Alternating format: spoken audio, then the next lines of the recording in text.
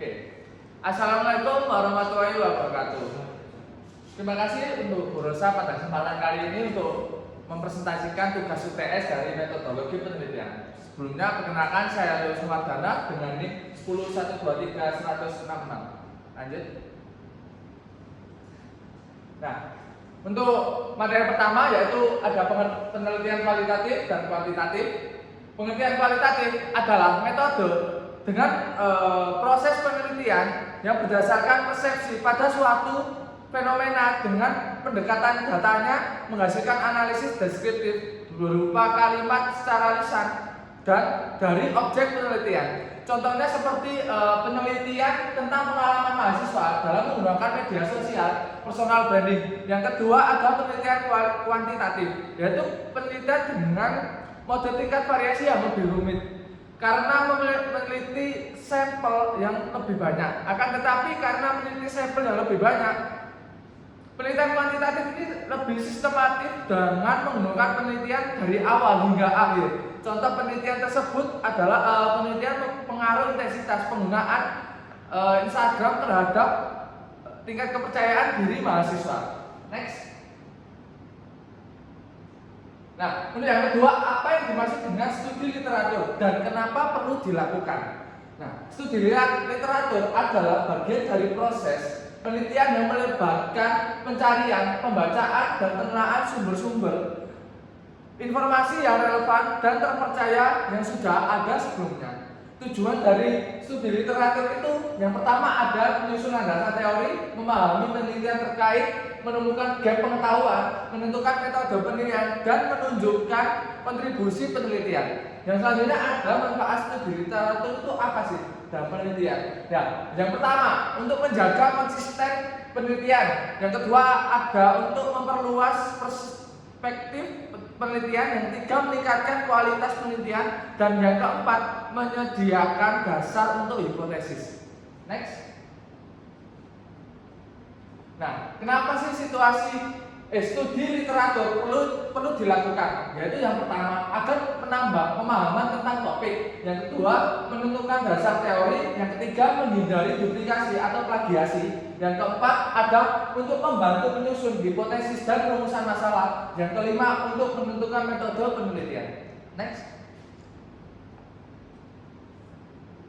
Nah, yang selanjutnya ada apa yang dimaksud dengan rumusan masalah. Nah, rumusan masalah sendiri adalah pernyataan penelitian yang disusun secara jelas dan terarah mengenai masalah yang akan diteliti. Rumusan masalah digunakan sebagai pedoman agar penelitian itu memiliki fokus dan tujuan yang jelas. Nah, rumusan masalah itu biasanya dibuat berdasarkan fenomena atau masalah yang ditentukan pada suatu objek penelitian. Nah, fungsi rumusan masalah tersebut yaitu untuk menentukan arah penelitian, menjadikan dasar penyusunan tujuan penelitian, memudahkan pengumpulan dan analisis data, dan membatasi ruang lingkup penelitian. Next.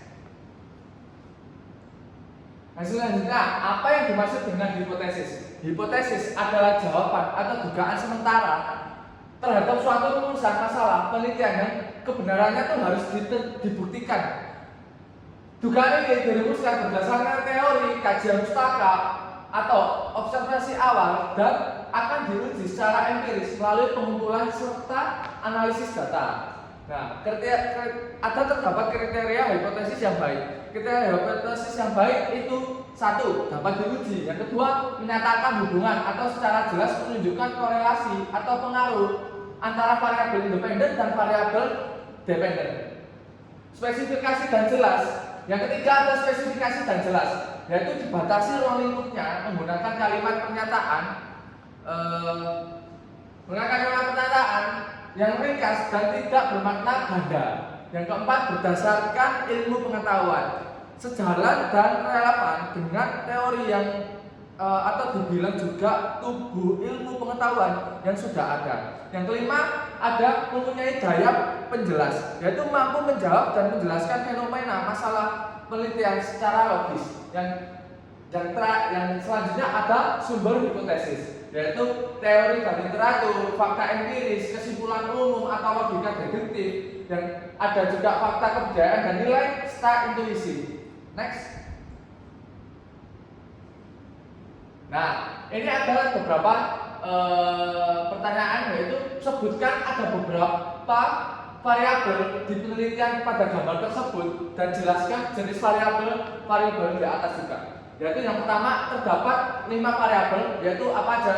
Yaitu product presentation, musik, emotional stage, attitude toward the site, dan purchase intent. Nah, untuk variabel pertama yaitu product presentation. Product presentation itu variabel independen atau X1 atau variabel bebas, karena variabel ini tuh mempengaruhi keadaan emosional konsumen. Yang kedua, musik, variabel independen X2, yaitu variabel bebas karena musik ini tuh seringkali digunakan sebagai stimulus yang mempengaruhi emosional konsumen. Dan selanjutnya ada emotional stage atau PET. Nah, variabel intervening atau mediasi, karena variabel ini itu menjadi perantara antara stimulus atau product presentation and musik terhadap respon konsumen. Dan selanjutnya ada attitude toward the set. Variabel dependent sekaligus intervening, disebut dependent karena itu mempengaruhi oleh emotional stage, dan disebut intervening karena mempengaruhi proses intense. Nah, proses intense itu variabel dependent atau Y. Variabel terkait karena merupakan hasil akhir atau respon dari penelitian. Next. Nah, di sini terdapat beberapa rumusan masalah, yaitu yang pertama, apakah produk presentation berpengaruh terhadap emotional stage atau PET pada konsumen? Yang kedua, apakah musik itu berpengaruh terhadap emotional stage PET pada konsumen? Yang ketiga, apakah emotional stage berpengaruh terhadap attitude toward the site? Yang keempat, apakah emotional stage PET itu berpengaruh terhadap purchase intent? Yang kelima, apakah attitude toward the site berpengaruh terhadap purchase intent? Next. Nah, terdapat juga 5 tujuan penelitian, yaitu untuk mempengaruhi produk presentasi terhadap emotional stage atau PET konsumen. Yang kedua, untuk mempengaruhi pengaruh musik terhadap emotional stage terhadap konsumen. Yang ketiga, untuk mengetahui pengaruh emosional stage terhadap attitude toward the site. Yang keempat, untuk mengetahui pengaruh emotional stage terhadap purchase intent. Yang kelima, untuk mengetahui pengaruh attitude toward the site terhadap purchase intent. Next.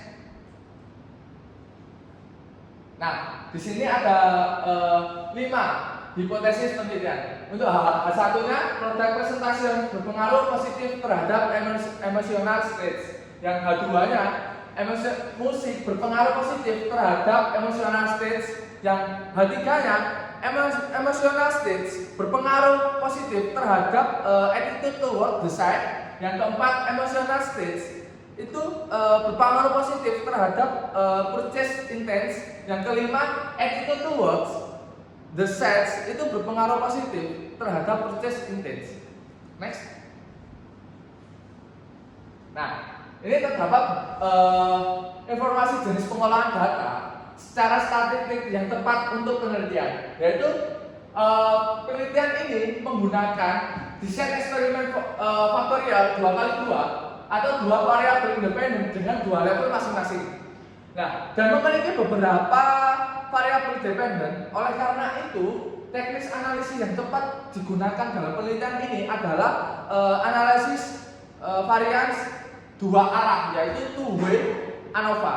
Dan selanjutnya, alasan pemilihan two-way ANOVA itu digunakan untuk mengetahui pengaruh 2 variabel independen terhadap 1 variabel dependen.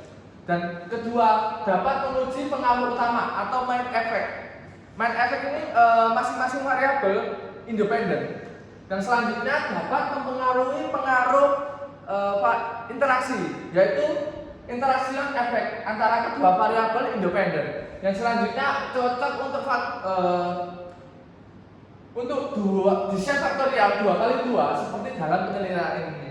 Nah, untuk langkah-langkah pengolahan datanya, data secara statistik, yaitu satu dengan menguji validatitas atau reliabilitas instrumen.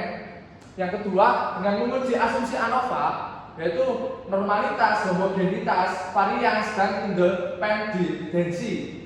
Yang ketiga, two-way ANOVA untuk masing-masing variabel dependen respon efek afektif, kognitif, dan perilaku. Yang keempat, uji pos HOC jika terdapat perbedaan yang signifikan.